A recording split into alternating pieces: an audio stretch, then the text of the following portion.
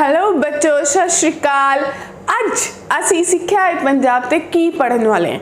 अज तुहानूं पता है कि इस तो पहला 2 सैशन हो चुके हैं जिहदे विच असीं प्रॉपर्टीज़ पढ़ियां सी।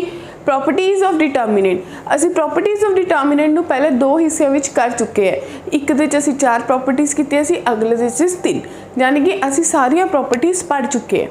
तो जिवें कि मैं तुहानूं कहा सी, मैं तुहाडे नाल प्रॉमिस कीता सी कि जदों आपां तीसरा सैशन लवांगे प्रॉपर्टीज़ दे उपर तो सिर्फ ते सिर्फ प्रैक्टिस सैशन होएगा, यानी कि असीं सिखांगे कि किवें मैं सिक्खियां होईयां 7 दियां 7 प्रॉपर्टीज़ नूं इंप्लीमेंट कर सकदी है। ठीक है, तो शुरू करदे हैं। तो डेफिनेटली तुसीं सबने नोट डाउन कर रखा होएगा, नोट्स बना रखे होणगे कि 7 प्रॉपर्टीज़ किहड़ियां-किहड़ियां हुंदियां ने।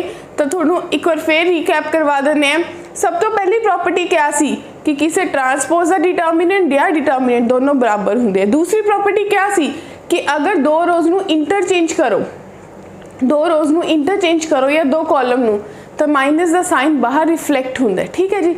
तीसरी प्रॉपर्टी क्या सी कि अगर 2 रोज़ आइडेंटिकल है तो डिटरमिनेंट 0 होएगा। चौथी प्रॉपर्टी क्या सी कि अगर कोई रो किसी k टाइम्स मल्टीपल है तो k बाहर हो जाएगा, यानी कि डिटरमिनेंट k टाइम्स हो जाएगा। ठीक है जी। अगली प्रॉपर्टी एडिशन वाली सी कि अगर कोई रो या कॉलम सम ऑफ या टर्म्स 2 टर्म्स या 3 टर्म्स का थोड़ा समीशन दिखता है तो उन्हें ही डिटरमिनेंट स्प्लिट हो जाएगा। याद आया। अगली मोस्ट इंपॉर्टेंट प्रॉपर्टी कैसी कि किसी भी रो का मल्टीपल दूसरी रो ऐड या सबट्रैक्ट कर दो, डिटरमिनेंट की वैल्यू सेम रही है। तो याद आया ये सारी प्रॉपर्टीज़। तो देखियो हुण असीं कुछ क्वेश्चंस करांगे 6 तो 7, उहदे विच असीं यही प्रॉपर्टीज़ इंप्लीमेंट करांगे। देखो सब तो पहला क्वेश्चन थोड़े कोल की दिख रहा है, थोड़ू सबनूं दिख रहा है सब तो पहला क्वेश्चन कि a square b c b square a c ऐदा दिख रहा है। ठीक है जी। ये क्वेश्चन नूं हल करन लई देखो मैं की चाहनी है कि तुसीं की करो, तुसीं इहनूं रो वाइज देखो रो वाइज मल्टीप्लाई करोगे या कॉलम वाइज, ये तुसीं डिसाइड करना है। मान लो तुसी कॉलम वाइज मल्टीप्लाई किया, इनू ए ते मल्टीप्लाई किया, इनू बी ते और इनू सी ते। ठीक है, तो थोनू सबनू दिखया होएगा कि एग्जैक्टली तुसी की किया है, क्योंकि मैं मान रही है कि इतना ज़्यादा लिखन नू लोड़ नहीं है क्योंकि तुसी सारे इनफ मैच्योर हो, थोनू पता है की करना है। पहली रो नू ए ते गुना कि पहले कॉलम नू ए ते गुना किया, पहले दूजे कॉलम नू बी ते, तीजे कॉलम नू सी ते उस तो बाद जिहड़ा तुहाडे कोल नवा बनिया वो तुहाडे कोल कुछ ऐदा दिखेगा a square a cube a b c, ओमी तुहाडे कोल दिखेगा b square b cube a b c, फिर तुहाडे कोल दिखेगा c square c cube a b c.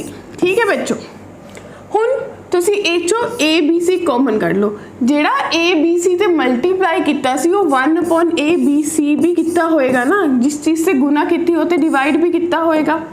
तो ए बी सी बाहर आ गया, तो अल्टीमेटली थोनू दिखा कि ए स्केयर ए क्यूब एक, बी स्केयर बी क्यूब एक, सी स्केयर सी क्यूब एक। तो थोनू सबनू पता है कि मेरा एक मतलब जो मैनू एक रो या एक कॉलम पूरी दी पूरी एक दिख जाए 1 1 1 दिख जाए तो मेरी प्रॉब्लम उत्थे सॉर्ट हो जाती है। तो मैं इनू की कहूँगी, मैं इनू अगे करन लई थोनू दसूँगी कि हुण तुसी केड़ा ऑपरेशन लगा दो। हुण तुसी ऑपरेशन लगाओ कि क्यों ना C1 ते ऑपरेशन लगाऊंगी C1 माइनस C3 कर दा, C2 ते लगाऊंगी C2 माइनस C3 कर दा। सो माय डियर बच्चा पार्टी जिसे ऑपरेशन लगेगा तो मेरा डिटर्मिनेंट कैसा दिखेगा, a square minus C square a cube minus C cube 0, फिर बी स्केयर माइनस सी स्केयर बी क्यूब माइनस सी क्यूब 0, सी स्केयर सी क्यूब 1। ठीक है जी। हुण तुहानू सबनू फैक्टर्स आते हैं, जिन्ने भी बच्चे देख रहे अगर किसी को नहीं आते तो फोकस करो बच्चे।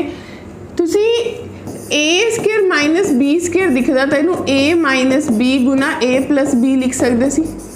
ओमी ही अगर तुनू a cube minus b cube दिखेगा तो a minus b a square plus b square minus a b लिखोगे तो अल्टीमेटली ये ए माइनस सी कॉमन आ रहा, दूसरे कॉलम के बी माइनस सी कॉमन आया, तो मेरे को बचया कितना, मेरे को बचया ए plus C A square plus C square.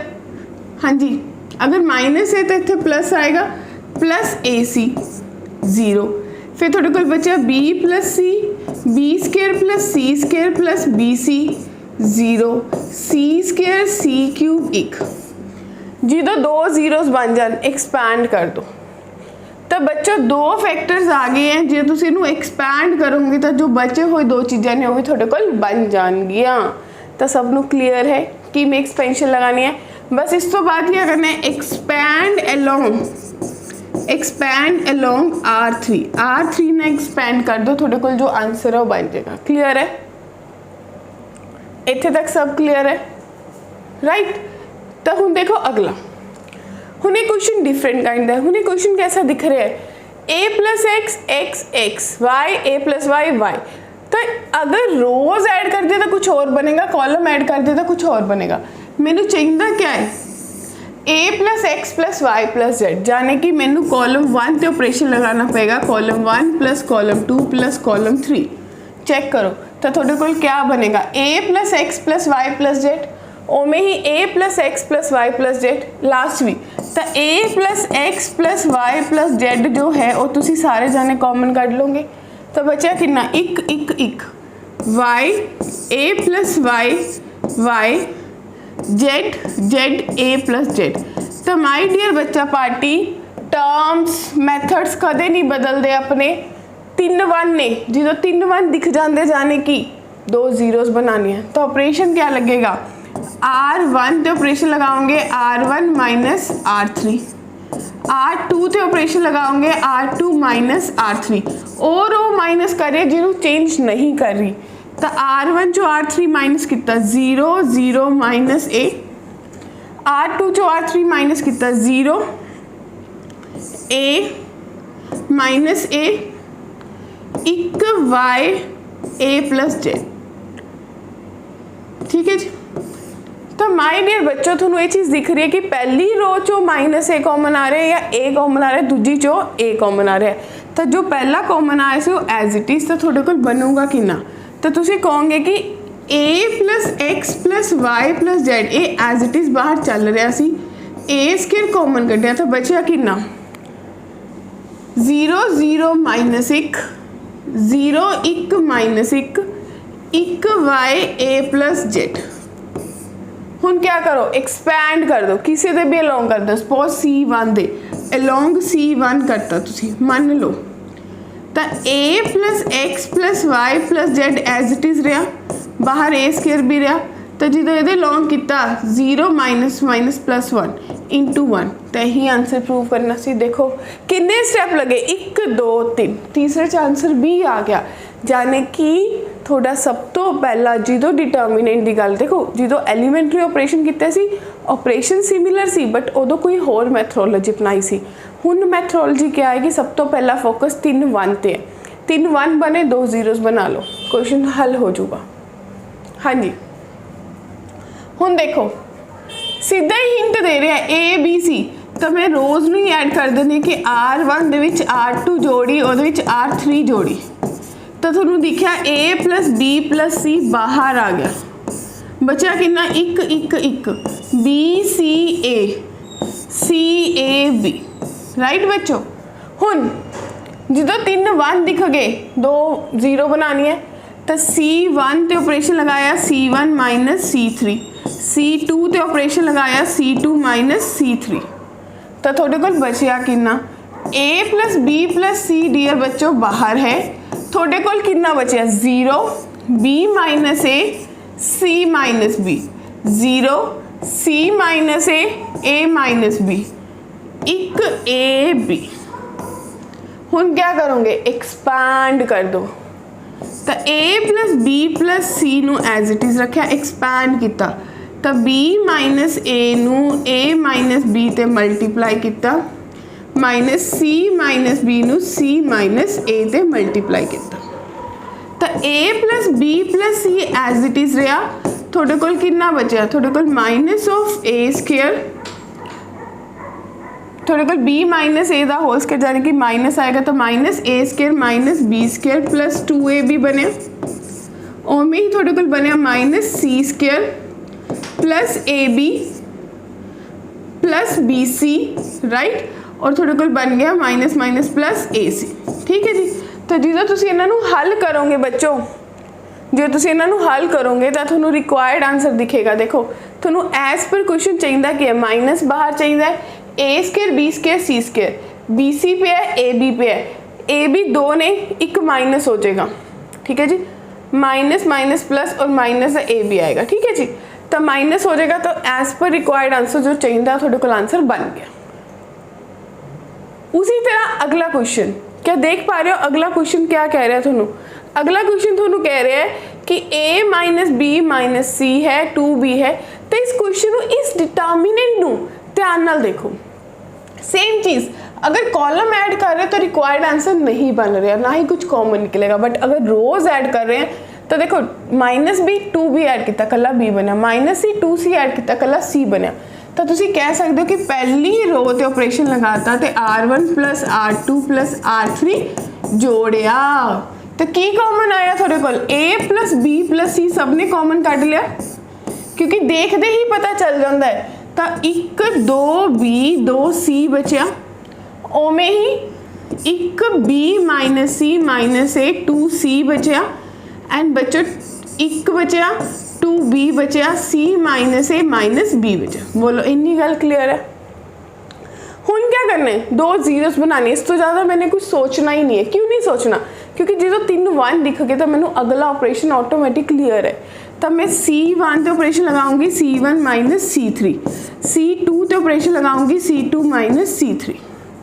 So my dear students, थोड़े को बनूंगा कि थोड़े को दिखेगा कि a plus b plus c बाहर ही है और डिटर्मिनेंट नमा क्या बन गया, a जो माइनस कितना 0, 2b माइनस 2b 0 और 2c minus c, c plus a, यानी कि a plus b plus c बचा, ओमे ही C2 जो C3 माइनस कितना 0, फिर a प्लस बी प्लस सी बच रहा होएगा और a जो भी माइनस कितना था भी a प्लस बी प्लस सी बना। बोलो माइनस कितना प्लस बन गया, ठीक है जी। ये विच माइनस कितना तब माइनस का a प्लस बी प्लस सी बन रहे और लास्ट से 1 2b c minus a minus b बने, ठीक है।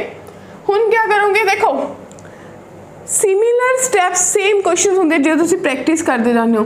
तो ध्यान ना देखो ये a plus b plus c common आ रहा है, a चो भी आ रहा है, जाने कि a प्लस बी प्लस सी का होल क्यूब बन गया।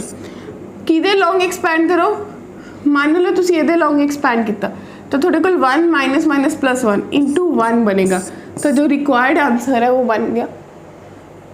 क्लियर है? तो इन्होंने चीज़ों से असी बहुत प्रैक्टिस करनी है। Ultimately practice makes a man perfect. अगर थोड़े परफेक्शन है तो एक ते दो तीजे स्टैप से थोड़ा डिटर्मिनेंट लिखने की लोड़ नहीं पेगी अपने पेपर दे विच। नेक्स्ट देखो कहते विदाउट एक्सपेंशन इनू प्रूव करो, किमें करोगे?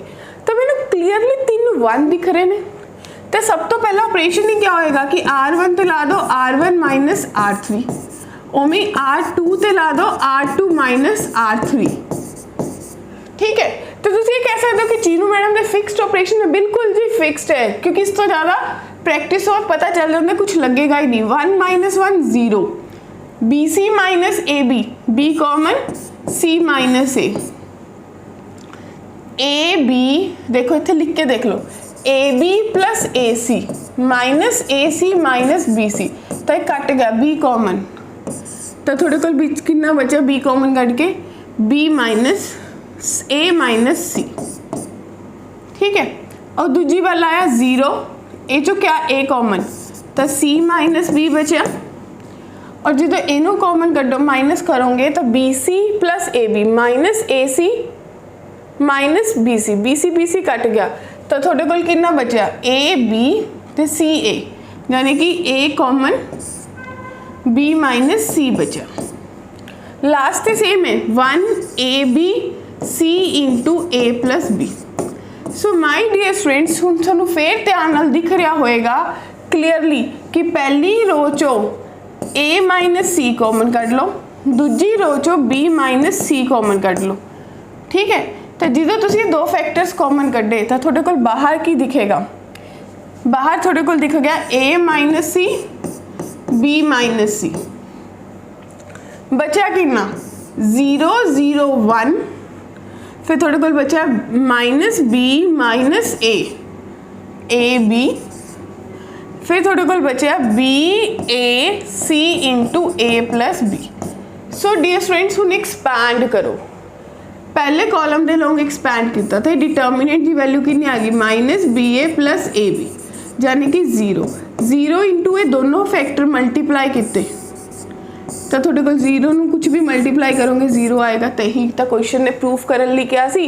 तो समझ के देखो अल्टीमेटली फिर गल उत्थे ही खत्म होगी भी मैंने लाई 2 ऑपरेशन है, जे तुहानूं 1 दिख रहा है तो सीधा सबट्रैक्शन करो, अगर 1 नहीं दिख रहा तो थोड़ा मेन थोड़ी जो नज़र है थोड़ा जो दिमाग है जो थोड़ी फोकस है उस चीज़ से होना चाहिए कि अपने डिटर्मिनेंट नूं कुछ सेकंड्स लिए खड़े होकर देखो, बैठ के देखो, सोचो समझो कि एग्जैक्टली ये केड़ा ऑपरेशन लगावा कि मेरे एक स्टैप दे विच ही 1 1 1 क्रिएट हो जाए।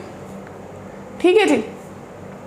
नेक्स्ट वेरी इंपॉर्टेंट क्वेश्चन, हुण इनू कि मैं एक्सपैक्ट कर दो, इनू दिता होया कि x कढ़ना है, प्रूव नहीं करना x कढ़ना है। तो जेकर मैंने x कढ़ना है डियर स्टूडेंट्स तो मैंने सॉल्व कि मैं करूँगी, क्योंकि क्लियरली दिख रहा है कुछ ऐड या सबट्रैक्ट करके नहीं बन रहा, ना ही 1 बन रहा। तो मेरा फोकस ये होएगा कि क्यों ना, देखो मेरा एक लिखण का तरीका हुंदा है शॉर्टकट, है ना, तुसी इनू रो वाइज ए ते मल्टीप्लाई किया, इनू बी ते दिता, अंदर नू एरो का मतलब है अंदर दे रहे हो मल्टीप्लाई कर रहे हो, और बाहर कढ़न का मतलब है कि ये ए कढ़ लिया, ये बी कढ़ लिया, ये सी कढ़ लिया। तो अल्टीमेटली मल्टीप्लाई किया डिवाइड तो बाहर कॉमन कढ़िया तो दोनों चीज़ें कट गए, कुछ नहीं बचा। तो थोड़ा डिटर्मिनेंट फाइनल कैसा दिखेगा, एक दिता ए कढ़ लिया तो ये ए स्क्वायर प्लस एक्स ही है, बी स्क्वायर बन गया क्योंकि इनू बी दिता सी ए बाहर आ गया, सी दिता ए बाहर आ गया। ठीक है जी। फिर ये थोड़े को कितना बन गया a square b square plus x as it is है और ये सी स्क्वायर, और थोड़े को कितना बनेगा जी, ये थोड़े को तुसी ये जो सी बाहर काट रहे हो तो ए स्क्वायर बन गया, बी स्क्वायर बन गया, सी स्क्वायर प्लस एक्स बन गया, इक्वल्स टू 0 है। हुण शायद क्वेश्चन सॉर्टेड लग रहा है, हुण रो वाइज ऐड कर दो तो पहली रो दे विच row 1 plus row 2 plus row 3 add किया तो थोड़े को दिख रहा है कि a square plus x plus b square plus c square common आ गया। तो बचया कितना, बचया मेरे को एक b square c square, b square plus x c square, b square c square plus x. So my dear student जी क्वेश्चन दिख गया है। हुण तो ऑपरेशन क्लीयरली बहुत सारे बच्चे मेरे करन तो पहला वीडियो देखते हुए कर सकते ने, उन्होंने दिमाग फटाफट चलेगा कि 3 1 बन गए, यानी कि कॉलम ते ऑपरेशन लगेगा, C1 ते ऑपरेशन लगाया C1 माइनस C3, ठीक है जी, C2 ते ऑपरेशन लगाया C2 minus C3, pattern same है, सिर्फ डिटर्मिनेंट लिख रही है, आगे वाला कॉलम नहीं लिख रही। तो 1 माइनस 1 0 0 माइनस एक्स बचा 0 x और माइनस एक्स बचा, ठीक है, 1 B square c square plus x बचा। देखो बच्चे ये जो भी x कॉमन, x बाहर तो बाहर एक एक्स स्क्वायर बन गया, थोड़े को बचा कितना 0 0 minus 1 0 1 minus 1 B square c square plus x, ये 0 के बराबर है। ठीक है जी। तो डेफिनेटली x की वैल्यू इतों ही मिल रही है, उतों तो x मिल नहीं ना सकती क्योंकि नेगेटिव ए स्क्वायर माइनस बी स्क्वायर कुछ दे नहीं रहा, इतों एक्स स्क्वायर है, जाने कि तुम कहोगे कि एक्स स्क्वायर 0 के बराबर है तो x की वैल्यू 0 आएगी। तो तुम कह सकते हो कि इस क्वेश्चन ली x जो है वो 0 आएगा बच्चों, या फिर अगर कुछ और भी कह रहे तो और तुम कह सकते कि x जो है minus a square minus b square minus c square आ सकता है इस फैक्टर तो ये थोड़े कुछ properties of determinant the different kind of questions है।